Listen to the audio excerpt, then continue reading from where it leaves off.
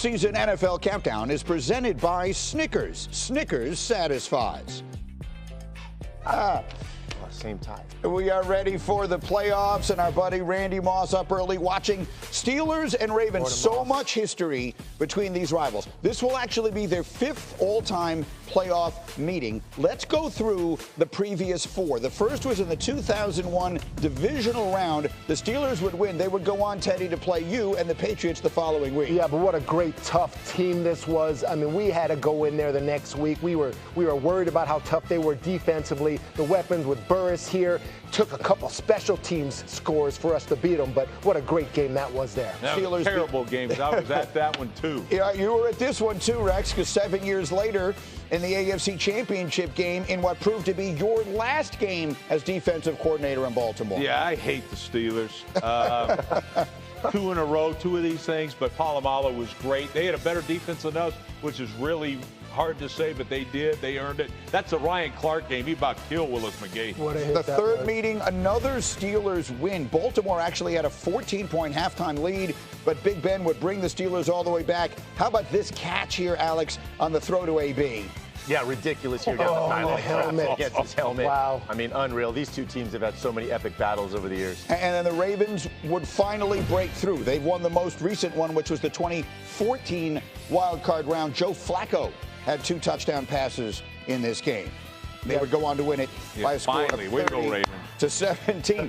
All it needed, Rex, was for you to leave for another team, and they finally got the win. So tonight, the 5th matchup, and as anyone can tell, looking at Kimberly Martin, it is going to be cold in Baltimore tonight. Kmart, good morning. How are these teams preparing for the weather tonight? Well, I can tell you, first off, it is cold. It is windy. In fact, they were just blowing the snow off of the seats and the overhangs here, covering us and our gear in snow, wet snow. But it won't snow during kickoff as of right now, so that's good. It's just going to be cold and windy. But talking to players on both sides, they say, you know what? That's just how we like it. That is AFC North football. And in fact, Greeny, guys, the Steelers players I talked to said this is the matchup that they wanted. They wanted to face Lamar. You know why? Because they've played them. They talked about the rivalry, the history.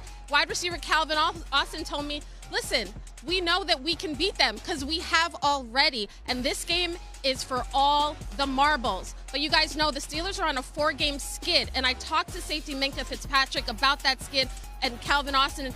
Minkah told me the defense, we just have to do our job. Calvin Austin told me, listen, in years past, we had way too many player-only meetings. We didn't need that. We have everything we need in this locker room, and we know that we have everything we need to defeat the Ravens. Obviously, that is easier said than done, guys. Kmart, stay close by and stay warm. Now, the Steelers have multiple losing streaks they're trying to snap tonight. We all know that they lost their last 4 regular season games. They also have lost 5 straight playoff games. That stretch is the longest in team history. Their last playoff win was 8 years ago in the divisional round of 2016. Mike Tomlin has lost 5 straight playoff games. It's worth pointing out no Super Bowl winning head coach has ever lost 6 straight playoff games. So, Rex, is there a lot of pressure on Mike Tomlin today? I mean, it sounds crazy, but I believe, yes, self-pressure, that he wants to win so dang bad. Look, they're not going to fire Mike Tomlin. However, at some point, you got to win a playoff game. And we'll have a graphic later that shows you just how bad they've been getting crushed. Look at these scores right here. They've been getting this. I thought it was supposed to be this great Pittsburgh Steelers defense. They have not been great in these spots the last 5 years. They're average giving up 40 points a game. That's un-Pittsburgh Steeler-like. So you can throw out, once you get in these playoffs, you should be at your best. Yeah. They haven't been the last 5 goes at it, and I don't think they're at their best now. You talk about that 4-game losing streak, Greeny. I mean, their offense has been absolutely stagnant, and it looks like a throwback to, leather helmet days. Like, forget about it, man. It is time to put Justin Fields in. I mean, in terms of Mike Tomlin himself, though, what has he not done to do everything to put this football team in a position to win? You kick the tires on Justin Fields early on. You realize you got a George Pickens, a receiver. You put in Russell Wilson to see if he can get him the football better. That succeeds for a little bit. Then Russell Wilson starts struggling. Now they're talking about putting in Justin Fields again. He's doing everything he can in terms of being successful at the quarterback position, which is basically what you need to win in the playoffs. But this is the Pittsburgh Steelers, and we're not talking about the Jacksonville Jaguars or some other franchise that when they have success and they get to the playoffs, sometimes that's good enough. You have to win multiple playoff games. You have to win world championships when you're at the Pittsburgh Steelers. At least that's what I see in this franchise. And if we're talking about Mike Tomlin, he has failed miserably in the last 5 times he's been there. So is there pressure on him? I think about what you're saying, Rex. I say yes. Just the expectations are different in Pittsburgh. I know the quarterback situation's one, but still, finding a way to get this done, Mike Tomlin's got to win today. I really disagree on this. Listen, the coaching job Mike Tomlin has done this year has been phenomenal. At the beginning of the year, if you'd have asked all Pittsburgh fans, listen, this team's going to have a chance to win this division in Week 18 and make the playoffs, let's not forget, Kenny Pickett was starting at quarterback for them last year, right? Canada was the offensive coordinator. They cleaned house, right? Brought in 2 castaway quarterbacks on 1-year contracts, a new offensive coordinator. And this year has been a success, right? I get that their playoff history. You can't say that. I think all the pressure is on Baltimore. Again, listen, they lead the league in Pro Bowlers again. They're most likely going to have the MVP again, right? They're playing at home. There are no more excuses. I think all the pressure is on Baltimore to get this done. I think Pittsburgh is playing with house money, if you want me to be honest. What we're talking about, you have great individual players. One of the best defensive players in T.J. Watt for the Pittsburgh Steelers. He's never won a playoff game. He has no idea what it's like to get to a championship game at all. All right, he hasn't even won one. So you're talking about players that have had a lot of individual success, but I disagree with you because it's not a success for me. If you're in Pittsburgh and all you do is make the playoffs and lose, there's more to that with certain franchises, and the Steelers are one of them. Well, I got to say this, guys. The reason they're losing is because you have to win when the snow flies, right? They should be built that way. The way they used to be built when Pittsburgh was winning is they could run the football and stop the run on defense.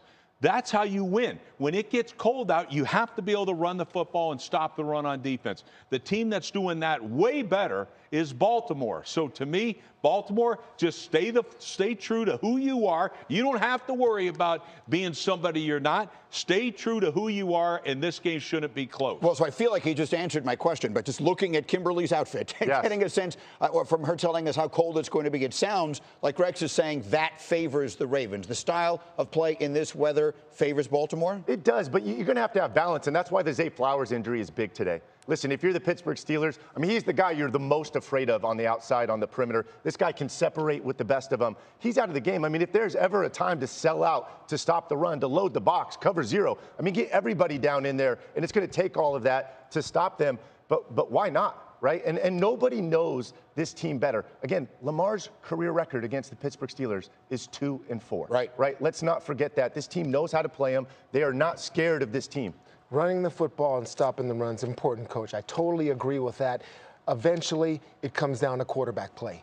And that's what the Ravens have. And I know the Flowers injury is big, but I love that Isaiah Likely, Mark Andrews, tight end tandem, most successful touchdown tandem, 17 touchdowns this year. That's who they're going to lean on this game, I think. They split the 2 games this regular season. The Steelers won the first one without scoring a touchdown. They kicked 6 field goals in that game. And the second one was a closer game than the final score would give you the impression. This is going to be a very interesting night. Meanwhile, speaking of interesting, the Cowboys this week blocking Mike McCarthy from interviewing with other teams.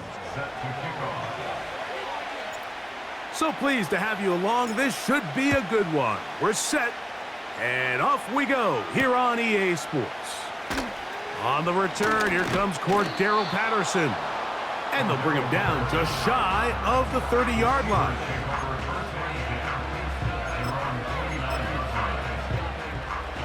So they come to the line for first down and 10.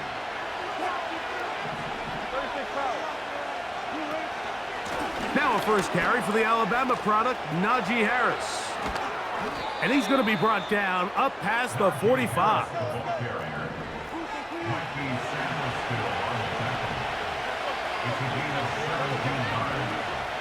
On first down, right back to Harris. And he'll get forward for a couple. It's second down.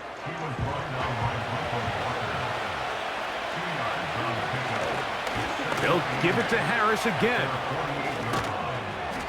And they're going to work this down inside the 45.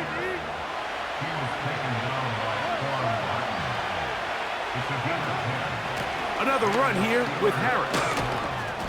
And he'll work forward for about 3. It's second down.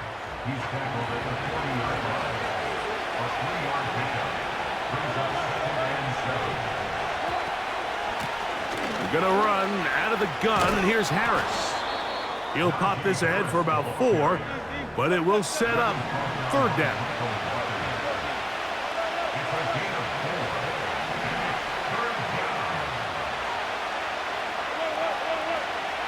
Out of the gun, here's Russ.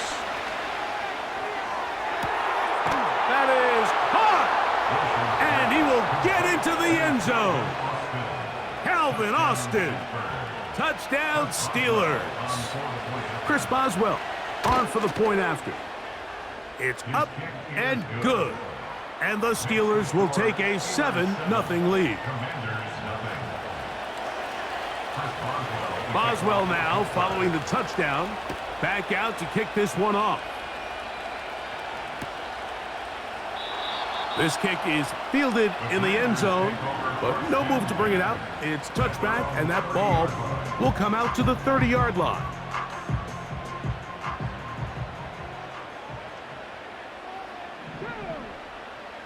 Right to the air goes Daniels.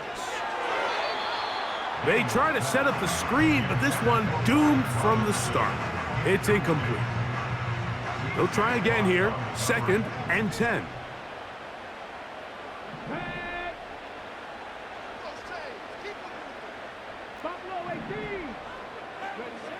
Operating from the gun, it's Daniels. And that's going to be incomplete. Coverage was good that time. The contact jarring the ball loose and forcing third down. Luke McCaffrey, the intended receiver. Now it's going to be third down.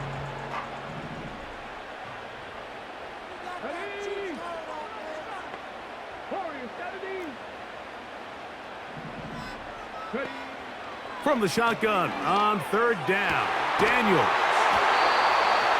15-yard pickup there. First down, Washington. And this is what you can do when you have one of the best receivers in the game. You understand that even if the coverage is not perfect for the play call, sometimes it's just as simple as my guy is better than your guy, and we're going to just keep giving him a chance. Off he goes.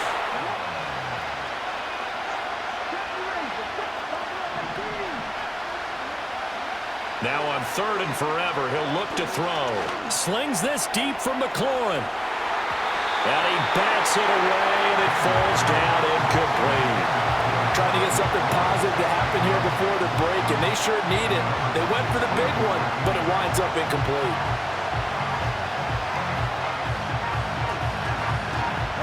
And likely time for one final play here in the half, so they will go for it on 4th down.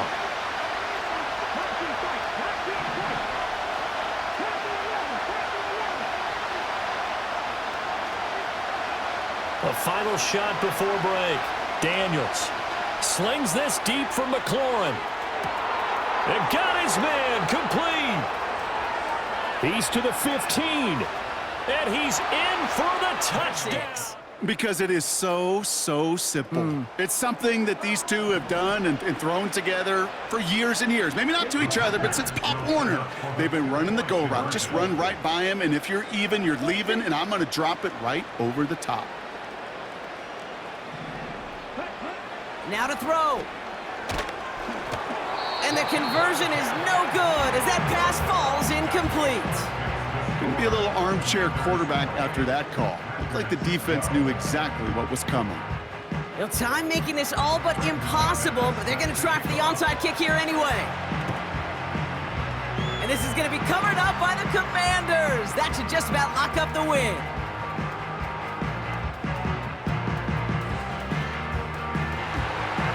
Washington finishes the return to the end zone. Touchdown! The Commanders picked up the fumble and ran it home. He gets it to go, and the Commanders will move out to a 14-7 lead.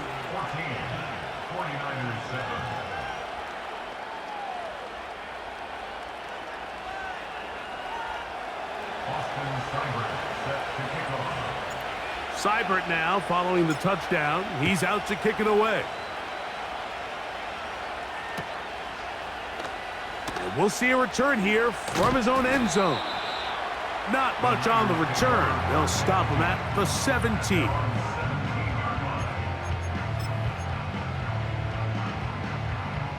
Boy, some bulk in the formation on that right side here for 1st and 10. A play fake. Now it's he fumbled the football. And the defense has it. And there it is. The defense comes up with the big... Robinson will score. Touchdown, Commanders. So how about that for an answer? They get the touchdown there, and it's back to a one-score game here in the 4th. And that's what these guys have done all game long because they've scratched and slashed their way to stay in this game. And by now, we should all realize they're not going away. Now the pressure again swings to their defense because they're going to need to find some way to get the ball back. All right, now a big two-point conversion attempt still to come. Daniels going to try and throw for it. And it's intercepted at the goal line. Oh, no, he lost the football. And he will get into the end zone, and a two-point conversion will cut this down to a 6-point game. Here's Eckler. And he's brought down for a loss. The Commanders in the hurry-up. They're hustling for the line.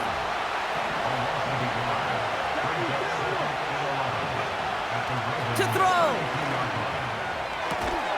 That's complete. Here's Brown. And they bring him down. Looks like he got it to the 27.